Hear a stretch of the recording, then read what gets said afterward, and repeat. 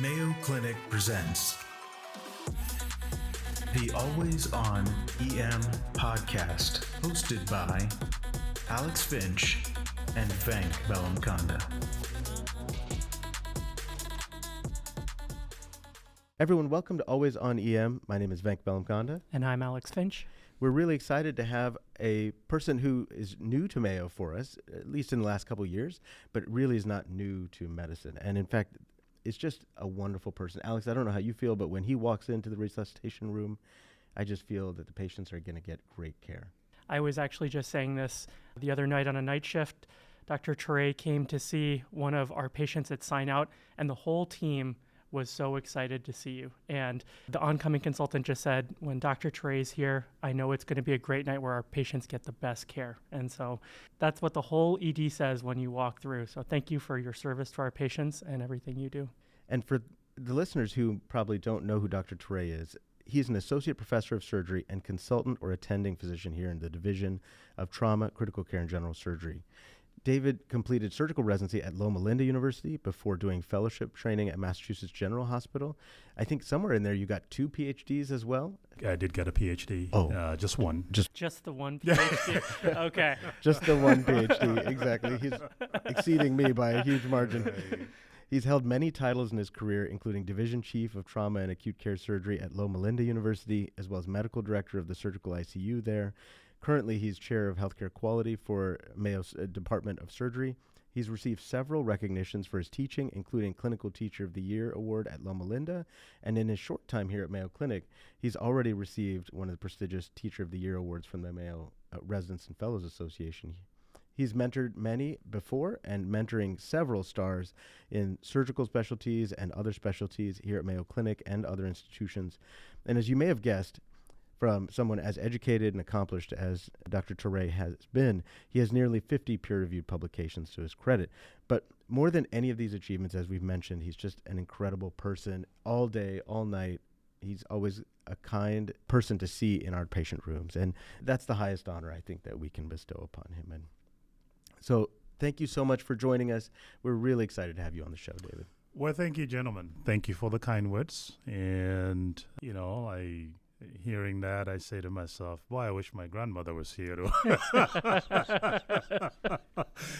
listen to all the, good things you guys are talking about. But it is indeed an honor and a privilege to obviously belong to this very prestigious institution. And it's also been a mutual joy to have familiar faces like yours when I come to the ER, knowing that we all have the same objective, and that is we want to help people, and we want to do it in a way that is kind, that is, dignified, that is, compassionate, and that not only will people get care from us, but that they will feel like they were receiving care from real good friends and not just walking through and get an experience or get an operation, but knowing that there were people that truly cared for their overall health. I think in that small introductory speech there, every emergency physician listening to this understands what we were talking about in our introduction. Real good friends. Yep. That's why you're an incredible physician. Oh, thank you. Thank you very much. Well, planning for this, we asked you what you wanted to talk about, and I was really excited we get to talk about something that is core to both our specialties, appendicitis. And I'd be curious, how does this rank on the topics that you get to treat and care for every day? Does this get you excited at all, or is this really old hat? No, this actually gets me excited. And it is very common. And there is hardly a day that goes by that you're on call within this hospital and even outside of this hospital that you are not entertaining that diagnosis at the least. And here within Mayo, we operate on anywhere from 300 to 350 patients a year with acute appendicitis. And in the last 4 years that I've been here, we quickly looked at our database, and there were almost 1,100 patients just since September of 2020. So it's a fairly common discussion. Even more common is the possibility of the diagnosis. That's where we usually have these engagements, and right lower quadrant pain, when that phrase gets thrown around, the next question in your mind is, am I dealing with someone with appendicitis? Because we all know what the implications are if we miss the diagnosis. The other thing so not only it's exciting to me because I get to live this every day, but I think what is exciting to me is you will think after probably close to 120, 130 years since appendectomy was kind of popularized as a treatment for this condition, you would think by now, it's a long time. We know what to do with this. We got it down, but I am really excited about how just the twists and turns this disease is taken in terms of how we approach it, how we manage it, and also fascinated by the fact that there's still actually a lot of questions that we don't really know the right answers to. I mean, 120 years is a long time to be thinking and studying the same problem, and yet there still remains a lot of things that I don't know and that are intriguing, and hence, obviously, my interest in studying it further, talking to others that are studying the same thing, and, collaborating with groups around the country that share the same interest. So it feels old, but yet there are lots of things that we don't know about, and I think that, to me, that's the exciting part. I think that's something that I found over and over in my journey into becoming an attending physician is things that I thought I really understood. Every day I'm continuing to learn more about and have even more questions about. I recently had an experience where I was calling a patient back to the emergency department. Actually, we get some overreads sometimes, and the overread showed appendicitis. And she was incredibly kind and positive, and she said, before I get there, I want to know more about this diagnosis. And I've heard this term a lot, but I don't understand how it happens. And so maybe for our learners, if you were going to break down for your residents and med students on the surgical service, how would you best encapsulate the pathophysiology of this? As this patient asked me exactly what happened, and I said, well, there's many schools of thought. The typical of what you get through medical school and even beyond is there is an obstruction at neck or the ostium to the appendix. Secretions within the appendix get trapped. The appendix is then dilated and distended. That creates tension within the walls of the appendix, decreasing venous return, and that in turn generates more edema of the wall of the appendix. And so you feed into this vicious cycle where you have tension through the walls of the appendix by virtue of obstruction, typically from an appendicular. That's the general discussion. And the appendix, poor venous return from the walls of the appendix, causing more edema. And then if you don't intervene, that cycle just repeats itself until you look at perforation. As I looked further into this, a few interesting things popped up. And that is, early 1980s, 1983 to be precise, and in the Scandinavian Journal of Surgery, ACTA, and I'm probably going to pronounce this wrong. I don't speak Swedish or Norwegian, but ACTA Chirurgica Scandinavica. And in 1983, a pathologist and his associates wanted to answer a very simple question. Well, if this pathophysiology is true, then if I came to the operating room and right before the surgeon removes the appendix, I insert a pressure catheter within the appendiceal lumen, I am going to get a high pressure reading. I mean, that's kind of what we get out of medical school. To his surprise, out of 33 patients that he studied, now small study, granted, 19 had normal pressures within the lumen of the appendix. So this is kind of throwing this question back out, what really happens. His conclusion was something first generates the inflammation. And the inflammation then leads to perhaps downstream an increased pressure. In other words, it is not first obstruction, then increased pressure, then inflammation, but could be the other way around. The other part of it that also is intriguing is, the way this was obviously couched to us is, and this is what we say to medical students to just keep things very simple, is you get that obstruction, increased intraluminal pressure, inflammation, and if you don't intervene, it will spiral down to a perforation. Well, here's one, fact that is still very intriguing to me. You will think, appendectomy as a procedure was popularized in the late 1800s. with all that effort put in and our zeal and desire to just, you have an appendix that's inflamed, get it out, you would think decades of doing appendectomy preemptively to prevent perforation would have lessened the rate of perforation. The reality is, in nearly a century, the rate of perforation has pretty much stayed stagnant. So it begs the question, what is this disease? And is it possible that there are different spectrums of appendicitis? There are, just like Crohn's, you have real bad Crohn's.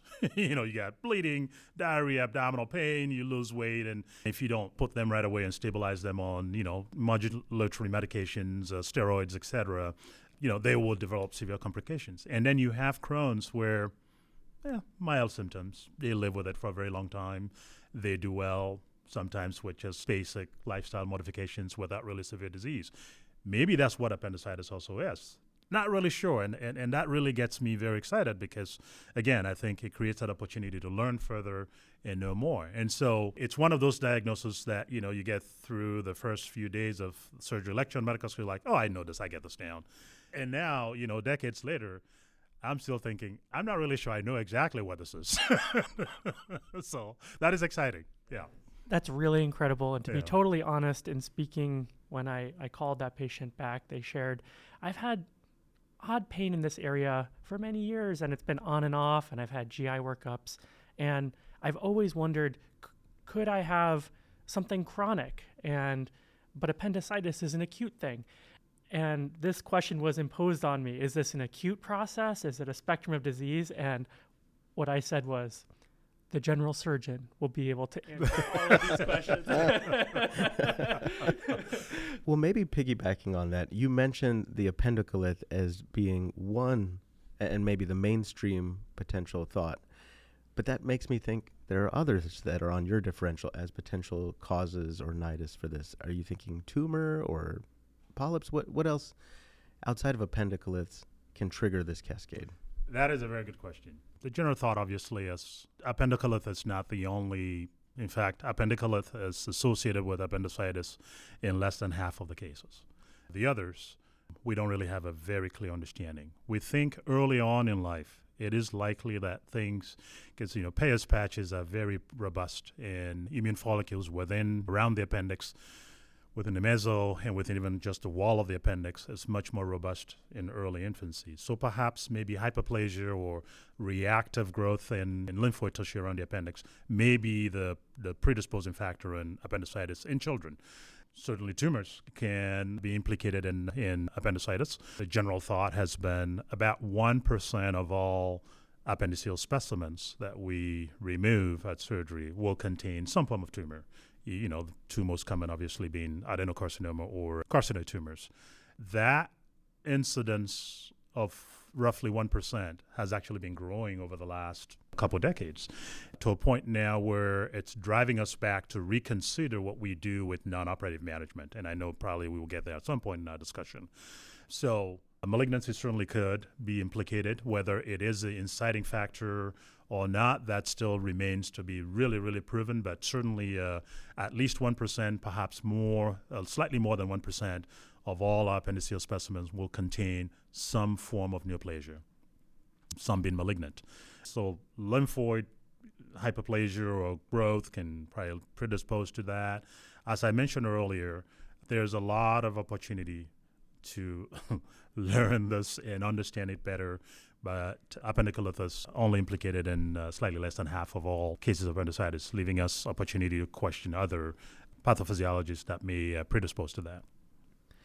One other question I wonder is, how does the pathophysiology evolving within the patient translate to periumbilical pain that migrates down into the right lower quadrant? That is a great question, and this is one that I often share with residents and medical students. The appendix, obviously, is midgut structure. And when visceral pain begins, it is always going to be referred to where embryologically Yeah. We're talking about a period of great struggle in my life. When we had Henry on the show, the same kind of thing. I hope I'm not triggering. No, this is fantastic.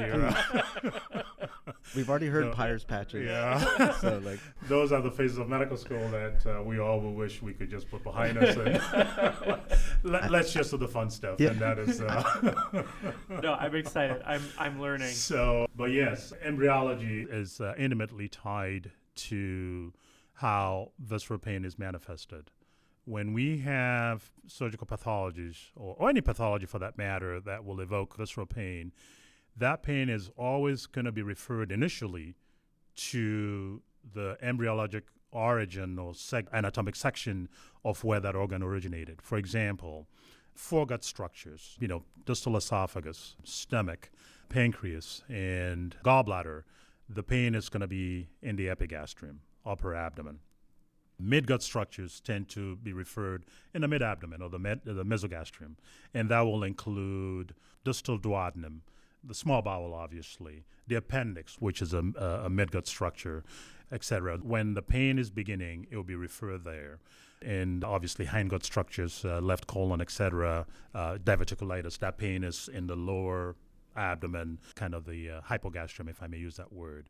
So appendicitis starts out as a vague pain in the periumbilical region because the appendix originates from the midgut. As the inflammation becomes more established, it then begins irritating the parietal peritoneum. And now you start having pain right locally where it lives. When it initially begins, it's going to refer it to where embryologically it started from. But as the inflammation becomes more established, then that inflammation, that irritation gets sort of transmitted to that local parietal peritoneal layer, and that's why it becomes localized in the right lower quadrant. That periumbilical pain that then subsequently localizes in the right lower quadrant has been a fairly steady and reliable story that, if we can elicit that from the patient, really tries to narrow down diagnosis and does our work for us. In fact, some have used it. There are scoring systems in appendicitis, putting together a constellation of symptoms and objective measures, labs, etc. One that comes to mind is the Alvarado score, which is a 10-point score to try to facilitate this diagnosis, especially for junior trainees that are starting out and partners that may not have seen this diagnosis very much. We all like MedCalc, and you put this check, put this check, put this check, and the number goes up this way. Then this is what you need to think about. But periumbilical pain, relocated in the right lower quadrant, triggers a 2 out of the 10 possible point from an Alvarado score, giving you an understanding that it is actually a very reliable history if we can elicit that from the patient. We often talk about the pain being in the right lower quadrant, but are there situations where the appendix is somewhere other than we expect it to be? And sometimes I'm also thinking about my patients who are pregnant and things like that. Of course. Not only is pregnancy one of those curveballs where obviously as the uterus grows, the appendix is displaced and it takes a much more cephalad position. But there are still within us patients with malrotation where the appendix can end up anywhere in the right abdomen or the left abdomen for that matter. I've had to take appendixes out from the left side of the abdomen. But the one to me that sometimes has tricked me and given me a lot more challenge is retrocecal appendix, where the appendix is purely retroperitoneal. Those patients can present with very little right lower quadrant type symptoms. The pain is very vague, and the exam is very difficult to nail down because the appendix is tucked in a retroperitoneal fashion behind the colon. And interesting that you should bring that out because in my experience of doing this, sometimes those patients may not even have the other, markers, for example, white count or highly elevated CRP for, communities that depend on that to make their diagnosis. So yes, I have seen, be prepared to find pain somewhere else. The frequency of that could, range from 5% or even more in certain situations, where the appendix can, be in other locations other than right lower quadrant. But great question. Is a retrocecal position something that can be acquired over time, or is that something related to anatomic differences from birth? Great question. The latter is often true, but in patients who've undergone GI surgery of some kind, it is not uncommon for us. The appendix will be somewhere else, where last surgeon that was there can alter the anatomy to a point where it becomes retrocecal, kind of in an acquired fashion. But the vast majority, this is anatomically present at birth. What you're saying is somebody already beat the video game on middle settings and they've moved it to expert for the next person. I think that's a very good way. Okay. I want to talk about something that all emergency physicians love, imaging. So I thought you were going to say white count. yeah, white count, exactly.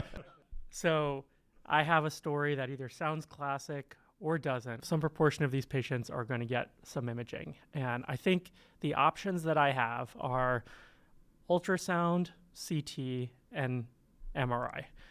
And I just wanted to get your general thoughts. Which of these can you hang your hat on? Which do you have persistent concern? And where do you go when you're upstairs and you get my call? There's kind of an equivocal finding on one of these images. How do you feel about them? That's a very great question. And the fourth alternative there will be no imaging whatsoever. That's a very bold one. In emergency medicine textbooks, from a lot of the texts we read now were coming out 20 years ago and things like that, and we're always reading material that was generated previously, but there was always this concept that the story's good, they're just going to go to the OR.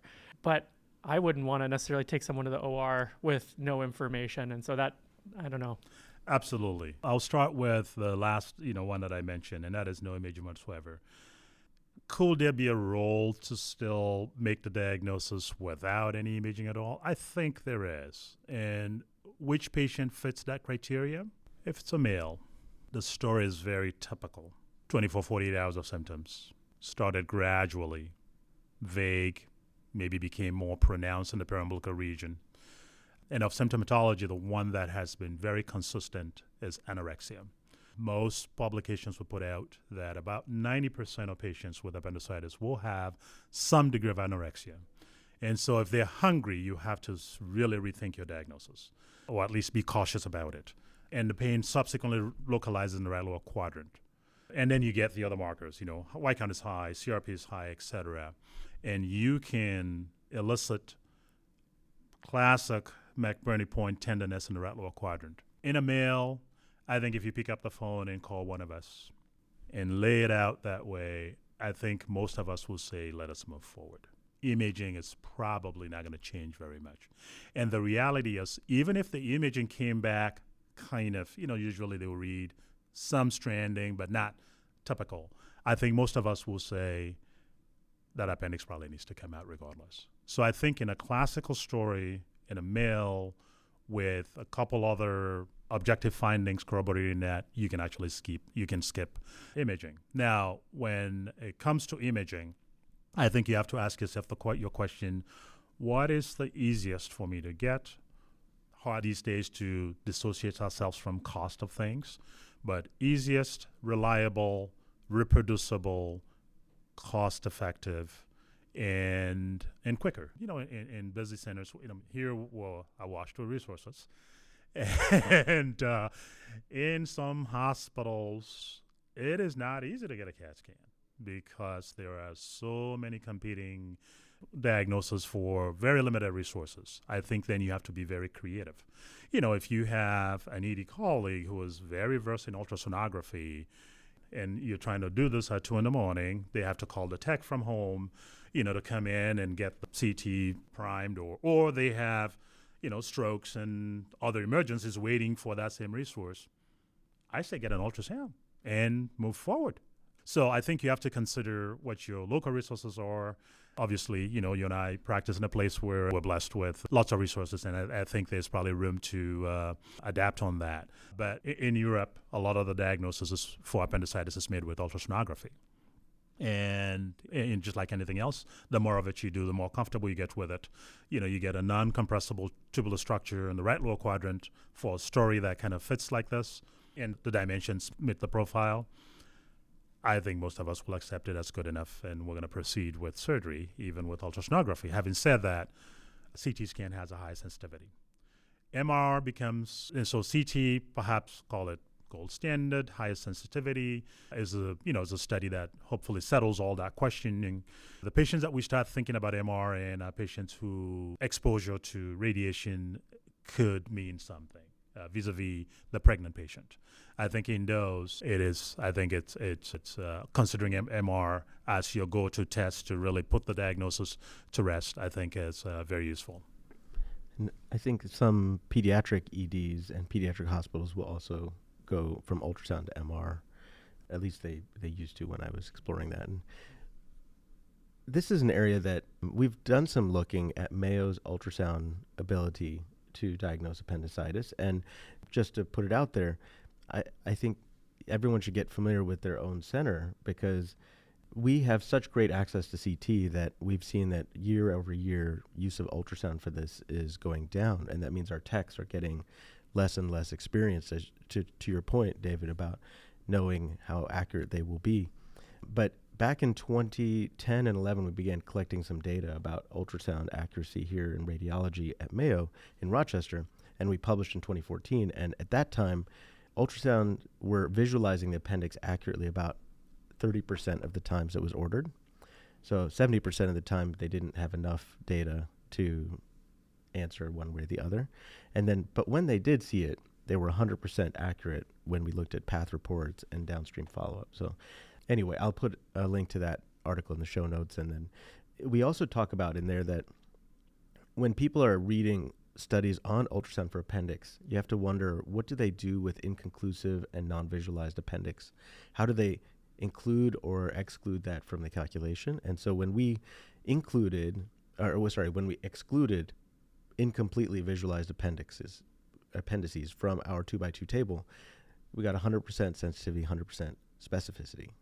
But considering that 70% were inadequately visualized, when we add those in to our data, we found that the sensitivity went down to 70% and the specificity was only 25% if you use like an intention to diagnose method. So anybody you order the ultrasound for, you include them one way or the other. So anyway, just put that out there. Right. And again, my thoughts on this is I think we ought, even though it's, easier for us to obtain a CT scan and certainly will remove will settle some of the doubts that we may have about the diagnosis. I think to your point, it is important for us to maintain our skills on using ultrasound for this diagnosis. If for nothing else, I think it's a good tool. You guys are involved in training emergency physicians for different scenarios. Some are going to go to rural areas. Some are going to go to, other parts of the world where this technology is not very much available. I think if for nothing else, for training purposes and familiarity with it, I think we shouldn't completely just do away with ultrasonography, even though there are some challenges that come with it. But like anything else, I think you do more of it, you get more comfortable, and I think it keeps the conversation alive. So I see a patient, they have a story of some mild right lower quadrant pain. I get the CT, it's negative, or I get the ultrasound, it's negative. The MRI was already spun up, so we just rolled them through. Are there modalities that you think are less sensitive and they're going to get sent home and we're more worried about a misdiagnosis? You made a comment earlier about recurring pain in the right lower quadrant area. And I'm probably going to date myself here. I was a medical student in the mid to late 90s, and the textbooks then, and to be more precise, there is a current surgical therapy. The diagnosis of chronic appendicitis was included in older textbooks. And eventually that kind of got debated, and now, if you open modern versions of some of those old textbooks, you will not see chronic appendicitis as a diagnosis anymore. Here's where it gets very interesting for me. You get that patient where you get a CAT scan. CAT scan leaves you wondering, you don't really see the classical things that you expect to see in a CAT scan. Increase in the luminal diameter of the appendix, appendiceal stranding, fluid around the appendix, all the things that will make you think, I've got a hot diagnosis here and I got to move forward. White count stone cold normal.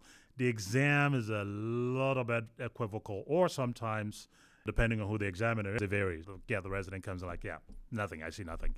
And then you come in, you just put your finger on it and the person jumps. You get this variable exam and you're thinking, all right, now I'm in a hot pickle, so I've got nothing to go by. I've got a very confusing exam, and the story is really very, well, yeah, it kind of happened 6 months ago again, and then the year before, and now you're in a really tough spot. Just so that the hearers know where I sit with this, I believe that there could be a possibility that chronic appendicitis may really exist.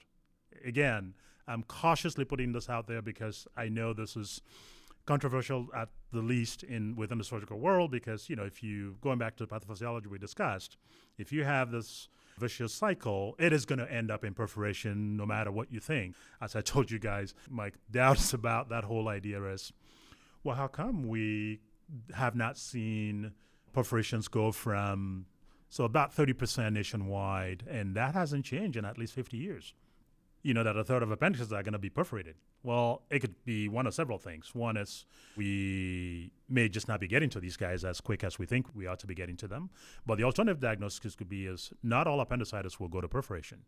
And so there's a lot to understand there. But coming back to the question at hand, what do you do with a patient who symptoms are at best very confusing?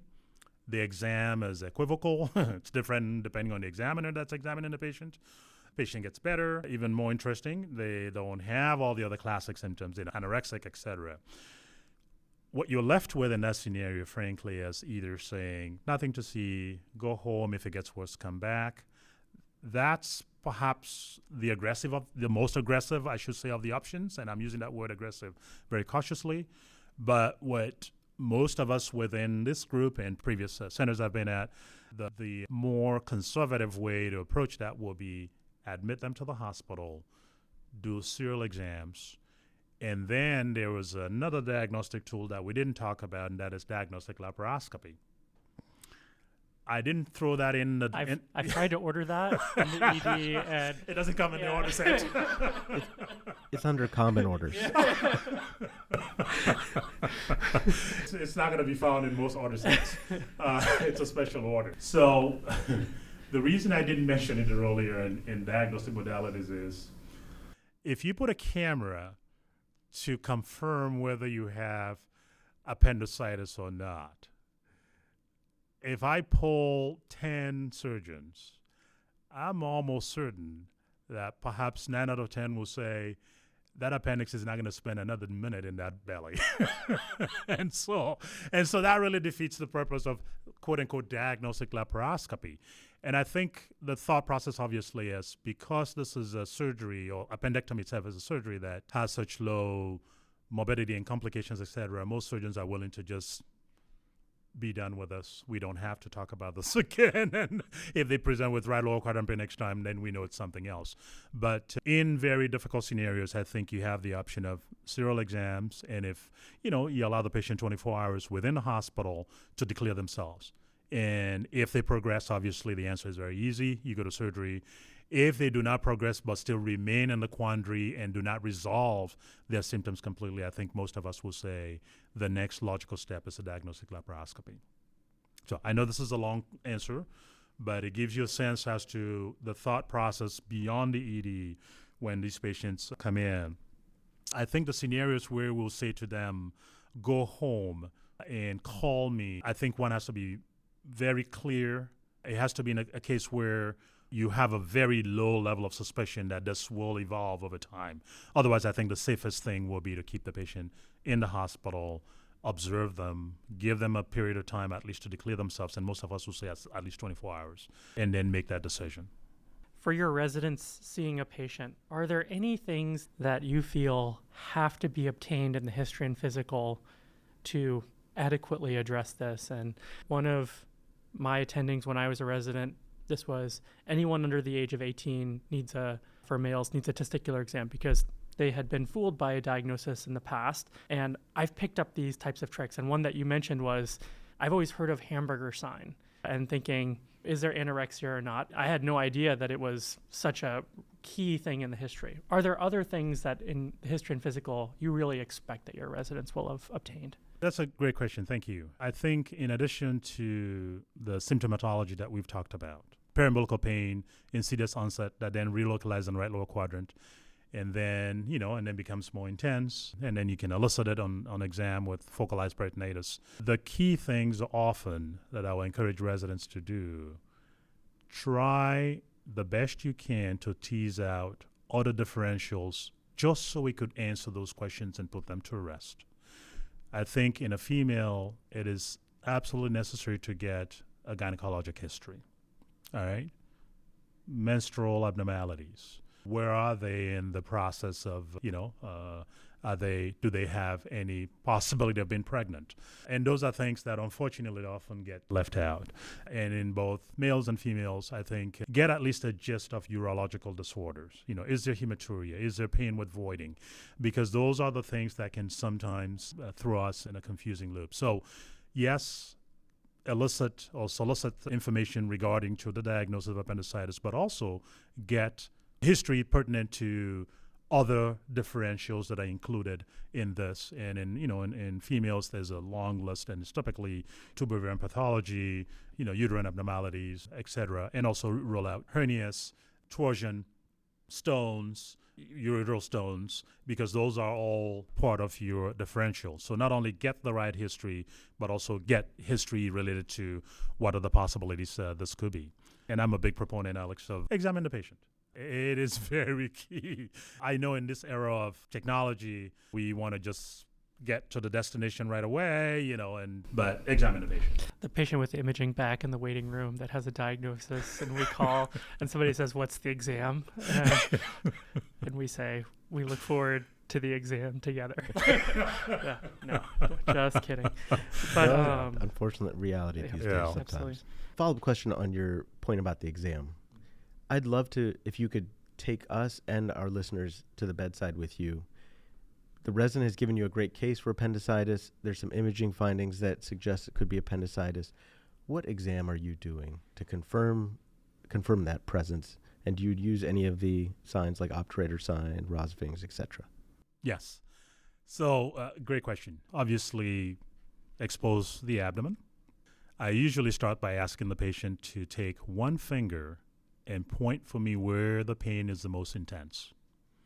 The patient points it, and I start in the complete opposite direction of where the patient pointed it to me. And slowly, I'll actually start by just percussing and see if I'm getting any sort of discomfort where the pain, the point of maximum tenderness is. And so start from where the patient has less pain, and then work your way by just gently palpating first, very soft, mild, superficial palpations, and then begin doing deep palpation. I usually, to keep it consistent, I go, if for appendicitis, I go in an anti-clockwise direction start from the patient says right lower quadrant is what hurts. I start in the left lower quadrant, and I go anti-clockwise and feel all the way to the right lower quadrant. Patients lying flat with knees bent or knees flat? So a patient who truly have appendicitis may struggle straightening out their legs completely, especially if the organ is intra-abdominal, because doing that brings the tip of the appendix in direct contact with the parietal peritoneum. That's where your clue first starts. But to answer your question, the best way to examine the abdomen is having a pillow under the patient's knees to relax the musculature so you can actually push on it. And as I said, you find out in patients with true appendicitis with an intra-abdominal organ may not be able to stretch out their knees completely. And that's a clue in and of itself. And of course, you and I know where McBurney's point is. If you draw a line, imaginary line, from umbilicus to the anterior superior iliac spine and divide it into thirds, the junction between the medial 2/3 and the lateral third is the typically described McBurney's point. Obviously, not all appendix is going to be in that area, in that specific location, but that's the general visibility of where you expect to find the point of maximum tenderness, if I may use that word. So, knees flexed, and I start away from where the area of intense pain is, and then I work in an anti-clockwise fashion toward the area in question, starting first with just superficial palpation and then deep palpation. As far as how, do I add on the others, Rosving's signs, which obturator sign, psoas sign, I think it would all depend on what I conclude after the abdominal exam, whether I need to add these to just corroborate it. Or some days, I want to do it just so I can demonstrate to my younger colleagues that are watching me to say, have this as a tool, and by the way, this is how you do a true SOA sign, this is how you do an operative sign, if for nothing else, so that they can implement that into their future careers if they were to face a scenario where the exam is really not that conclusive and you have to add these other things, these other exams as kind of a complement to complement your initial abdominal exam. We've covered history and physical, we've picked our imaging, and now we need to decide on a treatment. Dr. Turay, this is an area that I'm excited to learn from a surgeon. I've read a little bit about antibiotics sometimes, going to surgery. What therapies do you view we use here at Mayo, and who's the right candidate for these therapies? I'm going to lay out the treatment algorithm as it currently stands, and this is endorsed by multiple surgical organizations, including the American College of Surgeons. If you have a confirmed diagnosis of appendicitis, the next question is it complicated or uncomplicated appendicitis? Uncomplicated appendicitis means you just have an inflammation in the appendiceal organ itself. Complicated appendicitis means you are facing somebody with a perforation with an abscess or phlegmon, which is general for just a big inflammatory mass. Typically, it's the omentum that's inflamed and kind of surrounding and hugging the organ. The current treatment thought process is if you have simple appendicitis or uncomplicated appendicitis, the answer is surgery. You get appendectomy. And in 2024, you will get a laparoscopic appendectomy. Not even sure how many of my trainees have done an open appendectomy. The last open appendectomy I did personally is I've done open appendectomies when I'm doing other things and I incidentally find the appendix to be abnormal, I'll take it out. But deliberately doing an open appendectomy, I think the last one I did was probably over 10 years ago. But I had a plenty exposure during my training years. So laparoscopic appendectomy, I think, is probably here to stay. And in fact, now the envelope is to push it even a little further and use robotic appendectomy, which is something that I am interested in because I'm learning the robot as I speak to you right now and beginning to do some robotic cases. And appendectomy is one of those on my list of cases to be done robotically. Then the other category is complicated appendicitis. Well, what if they have a phlegmon or they have an abscess? The general thought right now is treat those patients with antibiotics and delay their appendectomy till they've resolved the abscess or the phlegmon. Obviously, abscesses that are starting to reach 3 to 4 centimeters, the recommendation is to percutaneously drain those with concert with interventional radiology colleagues, essentially cool the inflammation down, and then bring them back 2 months later and do an interval appendectomy. We're beginning to challenge that notion where, as I speak to you without saying too much on this, and hope we could put our thoughts into the next publication, will be, could there be patients with even complicated appendicitis, meaning phlegmon or abscess, that you should just do surgery straight on? That's a question that has lingered on my mind for a while, and we're beginning to see some trends within our practice. I have operated on patients with abscesses, and they have done well. And just for full circle conversation, the reason why the algorithm is set up the way I had it is because for the last 2 decades or so, the concern has been if you're operating in the setting of a phlegmon or an abscess, your rate for needing to do a much bigger operation or complications, which will mean leak at the appendiceal stump, etc., is much higher. And that's why most organizations and most surgeons know this to be the current standard of practice. As I'm mentioning, here at Mayo, we're beginning to push that envelope a little bit and say there could be a certain subset of patients with complicated appendicitis that probably just will benefit from straightforward surgery. So surgery remains the cornerstone of treatment. Having said that, I am very much aware of all the literature that has been poured into looking at, do we even really need to take the appendix out? Can we just do antibiotics and resolve it like that? There has been about half a dozen randomized controlled trials looking at antibiotics as the sole treatment for appendicitis. Big study from France, actually started first in Scandinavia. And Styrud and colleagues and Eriksson and colleagues, and more recently, 2015, Salminen from Finland. All these folks were pushing the envelope and saying, could we just give them antibiotics and send them home if they otherwise don't have abscesses and they don't have any other complicated factors and we don't find a perforation? Can we just treat them with antibiotics? It's a topic in and of itself, and I could spend the next hour just talking about my gleaning of the readings. But here's where that discussion stands. The last big randomized control trial on this was the CODA trial, CODA, and that was in 2020. Here are things that we ought to know. If your patient brings this up and you're having a conversation with them, about roughly a third of the patients who were randomized to antibiotics alone in all those studies, and I'm speaking kind of just broadly and collectively in the interest of time, ended up needing an appendectomy often within 90 days. And so patients need to know that if you are going to choose antibiotics, it is an option, but know that a third will recur, and probably more than a third will recur. But at least within the first 2-3 months, 1/3 will recur. Here's the salvo on that. In most of those studies, the recurrence was treated safely with an appendectomy. In other words, if you err on the side of giving them antibiotics and should they recur, you will expect the surgery to be more difficult because it's a recurrent inflammation.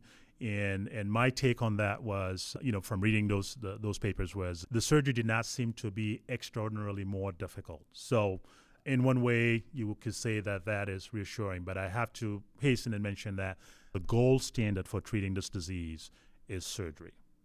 Having said that, I applaud the efforts of trying to push the envelope and asking the question about, can antibiotics help? I think my take on that right now, it is a temporizing measure. There is a well-known study, very small, 9 patients from the Navy, where seamen that were, down thousands of feet got appendicitis, and, you can't get a surgeon down into the submarine. And I've never, served in the Army, but I have a general notion of how difficult it is to catch up, with a submarine. And so those guys were safely managed with antibiotics until they could bring them to shore and eventually treated. Again, antibiotics could be a temporizing measure. We do have patients who cannot get surgery at that time, either because they are actively on chemotherapy, they've just had a heart attack. Or some other really difficult medical reason why they cannot undergo surgery at the time. And those patients can safely be delayed until you've been able to manage those conditions and then offer them surgery. So I know I spoke very broadly, but the summary point is antibiotics as a standalone therapy for now, in my mind, is a temporary treatment, and until a more definitive operation can be done. Now, if patients do opt for it, I think you ought to let them know that a third will recur within the first 90 days. And some patients might just say, I want it nonetheless. And, we have patients that are now well-informed. They read the internet before they even show up in the ED. And I think once make this very clear to them, I think they will eventually they'll make up their minds as to which way they want to go. And one last thing I'll throw on that is a treatment option that is very novel, like as of the last 2 years, that's starting to catch my attention, is ERAT, and endoscopically treating appendicitis. And so you have an endoscopist going in, retrieving the appendicolith, and cleaning out the appendix from the inside as a definitive treatment. I actually had a patient who had refused surgery from another state. The patient's surgeon reached out to me and say, here's my patient reaching out and saying, I don't want surgery. Is this a patient that you'd be willing to see and talk to? And I had the opportunity to discuss with that patient. And of the many things that we talked about was ERAT. We are not doing it here at Mayo. I think part of the reason they reached out, they thought, well, if there's somebody who is going to be cutting edge around this community, it would be Mayo. And I said, at this point right now, I will not be able to convince any gastroenterologist to buy that idea. The studies that are putting out ERAT, mostly from Asia, and to be more specific, from Japan, and then there's a study from China as an alternative treatment for acute appendicitis. We are not at that point yet, but I thought that was intriguing. I was going to say that's also not on my order set yet. So, but if you're listening to this and your patient approaches you and say, hey, how about just endoscopy and getting rid of this? Don't dismiss them as crazy. There's actually something known as ERAT for treating appendicitis. I don't think we're there yet. Venk, I know one thing that can be hard is to figure out the impact of labs. sometimes people use labs to decide, are they going to get imaging? And then we were also talking about cases where we don't need imaging. How do you use labs in this case? I don't know that I know the best practice. So for me, I get a white blood cell count. I get labs to look for other potential causes of right-sided abdominal pain. So looking at the bilirubins, lipase, even if it seems distant, because usually there's periumbilical pain to begin with, I include some of those more to exclude other considerations. And then I proceed with imaging, really. And sometimes in kids, actually, I get imaging first, and I prepare by putting topical anesthetics on parts of the skin in case we need labs. But if we get a normal-looking appendix, then I won't follow it. How does that fit with what you do? I think that sounds pretty similar. David, what are your thoughts on inflammatory tests? Do you use them? Do you put any weight on this at all? I think classically is a white count with the left shift.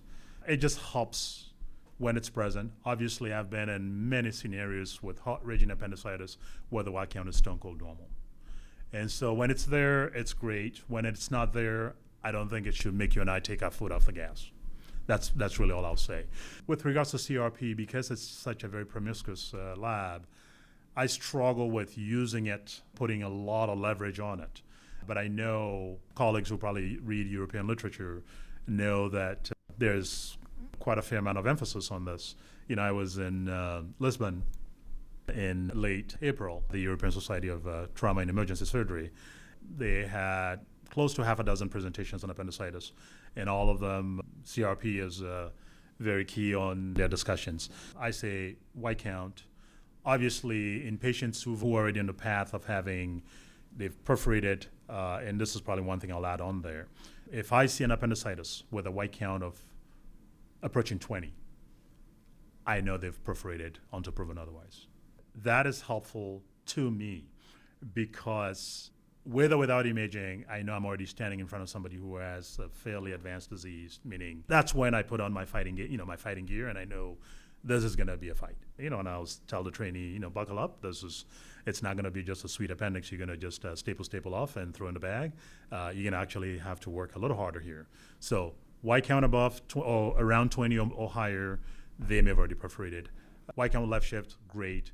Absence of it, don't be lulled into a false sense of security.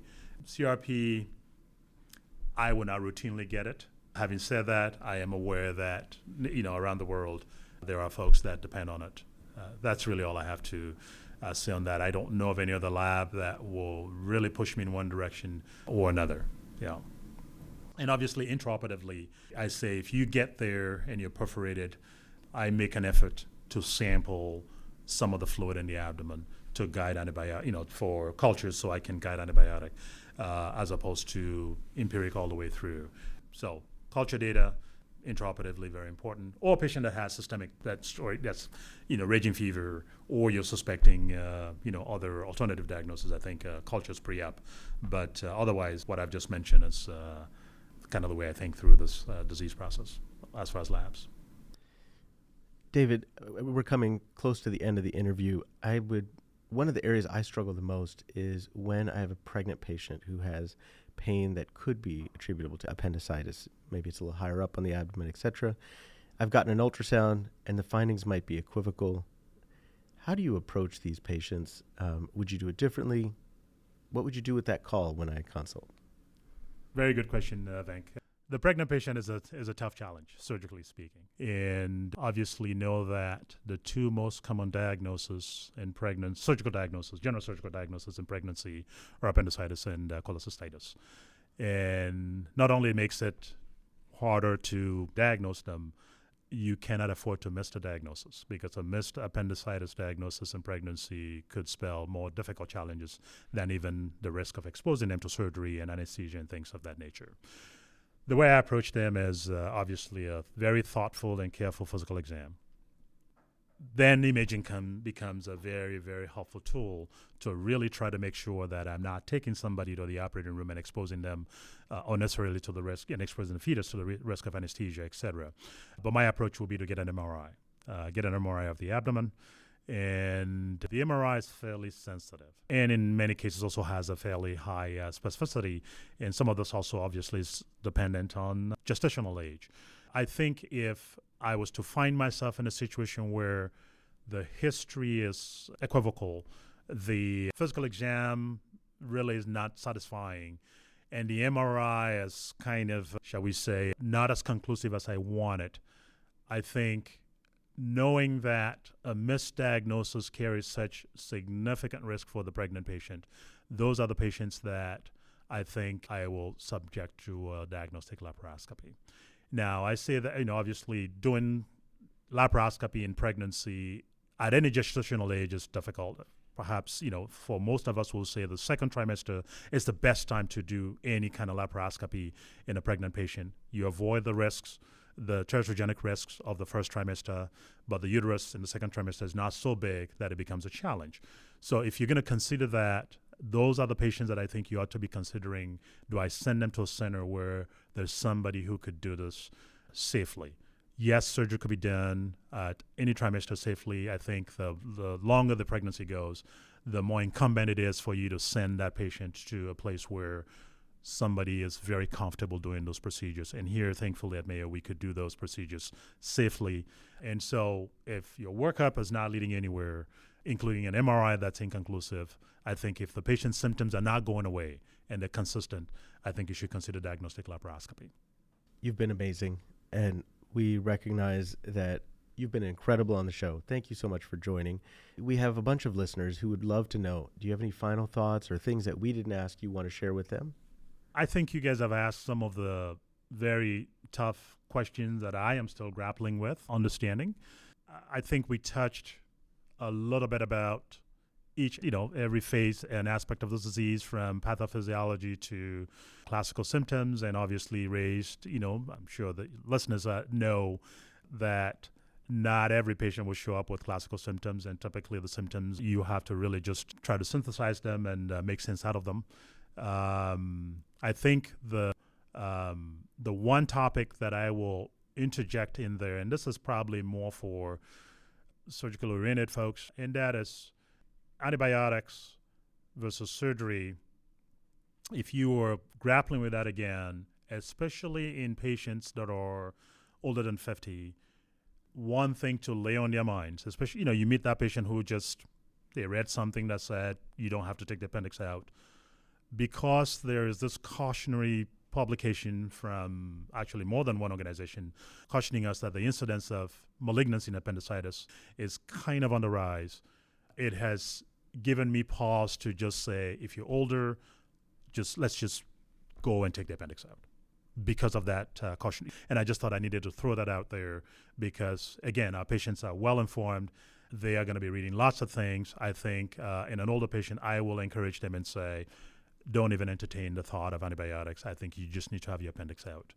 That would be the only thing that I'll add on to that. But I think you guys have done a very good job in asking some of the difficult questions that even I struggle with to this day. And, and obviously I look forward to comments from your listeners, and you guys can direct those to me.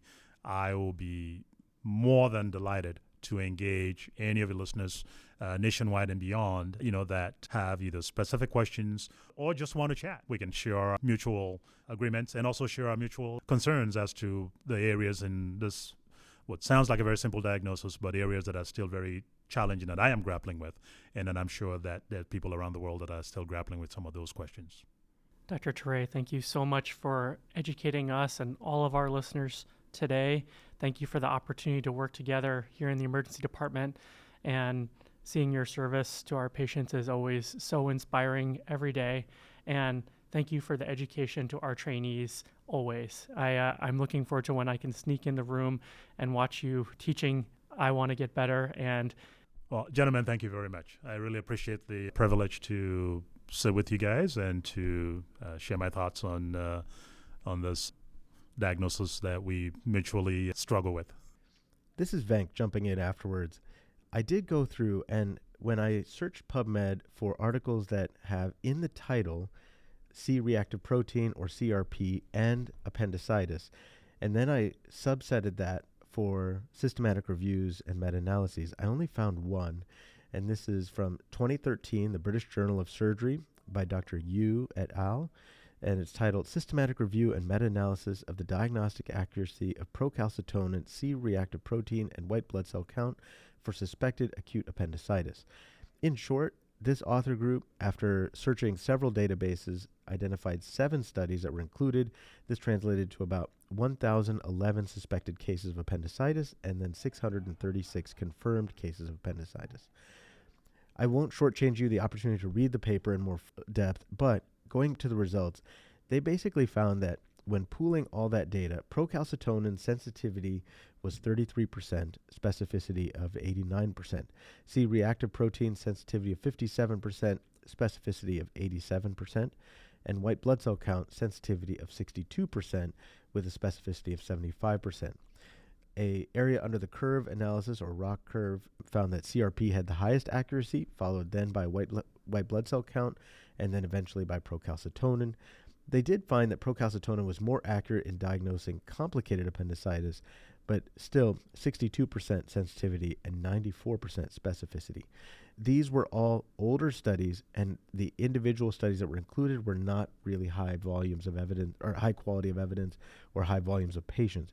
So really the yield is weakly valuable in my opinion, but I think it does seem to align with what we were talking about, that these tests might help to add more data points that can push us towards a diagnosis, but I don't think any of us would rule out a diagnosis with normal ones of these. And I personally am not getting a procalcitonin or CRP on patients at all. The Always On EM podcast, hosted by Alex Finch and Venk Bellamkonda.